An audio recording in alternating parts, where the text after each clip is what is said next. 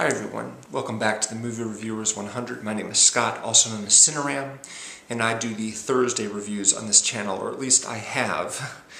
Not that you would know it if you looked at the channel history, because once again we were hacked by someone who gained access through nefarious methods and deleted a bunch of recent videos, including the last several that we put up since we re-established our control of the channel.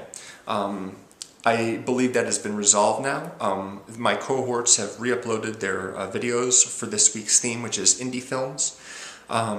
And we're taking extra precautions, like I said, to make sure this doesn't happen again.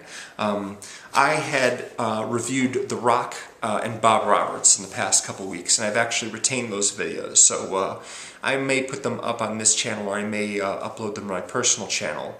But there'll be a link to that below. I'm not sure right now. See, what happened was when I made those videos, it was a moment of celebration. It was like, yes, up yours, hacker, and that might have provoked this person into hacking us again. I don't, it's all, the technical aspects of it are one that I'm not really familiar with. But in any case, Dino and Ray and Big Al have all re-uploaded their videos. Like I said, this week's theme is Indie Week, and their selections were 500 Days of Summer, Garden State, and Donnie Darko.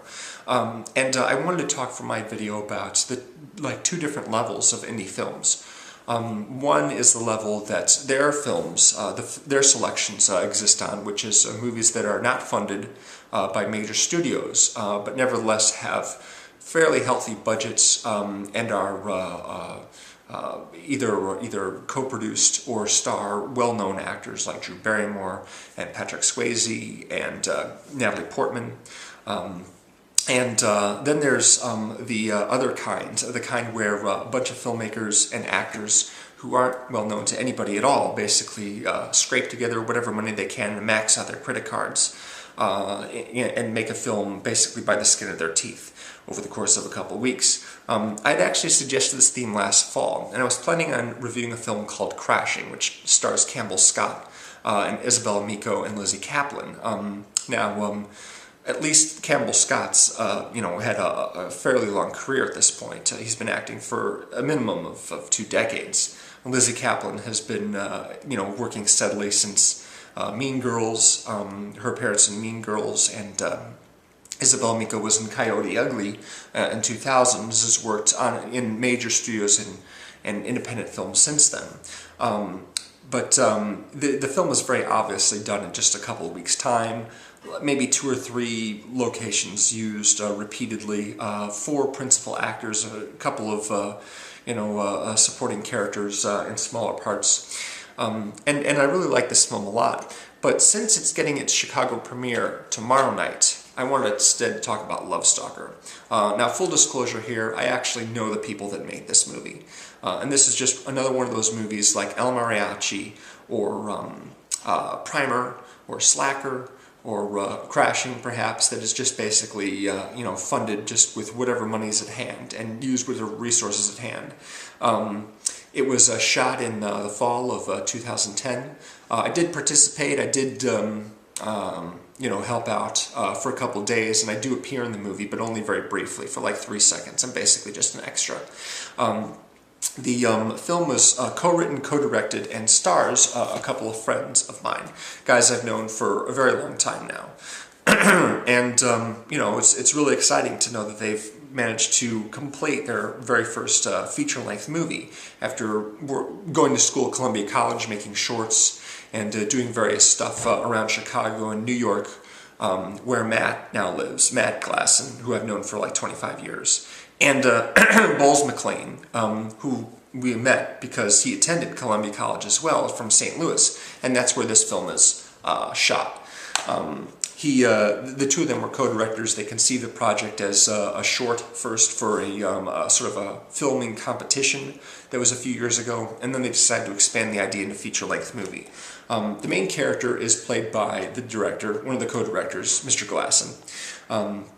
And he is basically a 30-something guy named Pete who is running around St. Louis, going to all the bars that he can think of, trying to get numbers and trying to hook up with ladies until he meets Stephanie, who's played by Rachel Chapman. And she basically is a relationship advice columnist and blogger. And he falls big time for her, but then when she finds out what he's really like, she breaks up with him, and then he starts to do some creepy stuff in order to try and win her back. Basically, there's some romantic comedy conventions that sort of get turned out in their head, or at least they're revealed for the creepy behavior that they actually are, such as following people around and breaking into their apartment and leaving notes and rose petals and stuff like that when they really shouldn't be anywhere near this person. And of course, in romantic comedies, it almost always turns out well with a girl taking the guy back. That may not happen here. I don't want to, give too much away. Anyway, the movie is really professional looking. They shot it with just one digital camera over the course of like 3-4 weeks and a budget of $20,000, and it looks really nice. The acting's really good, and I especially wanted to mention Laura Barron, who plays one of Pete's ex-hookups. She's really good in the movie. She's very good. The cinematography is really good. There's a good soundtrack of tunes on it. The quality of the production is really good, despite the fact that they, just basically grab shots just wherever they could, and had to race through a lot of setups in order to get all the stuff that they need. They didn't have a lot of luxuries on this shoot, unlike. And I suppose there are a lot of independent movies that could say the same thing, despite the fact that they have, some fairly major stars in them.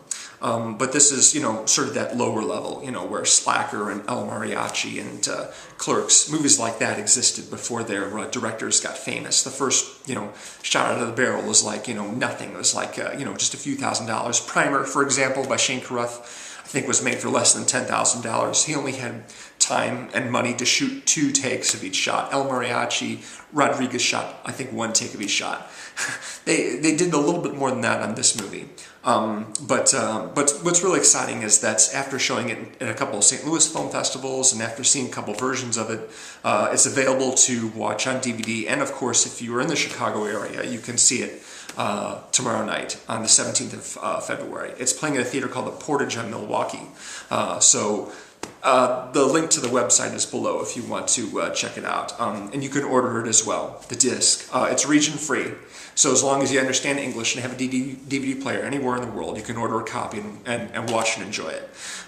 So yeah, like I said, I'm a little bit biased. I can't be totally objective about this movie because it was made by friends of mine, but I wanted to talk about a movie that was like really, really, really, really super independent, rather than something that, it gets a lot of attention at Sundance or wherever because of who's in it. Because there are so many movies that play at Sundance that don't get any kind of thing written up about them at all because nobody knows the people involved with them. And this is a movie similar to that. So thanks very much for watching. I really hope that we hold on to the videos that we upload from now on. That would be nice. Thanks again, and please subscribe and leave comments and rate us. Appreciate your time. Bye-bye.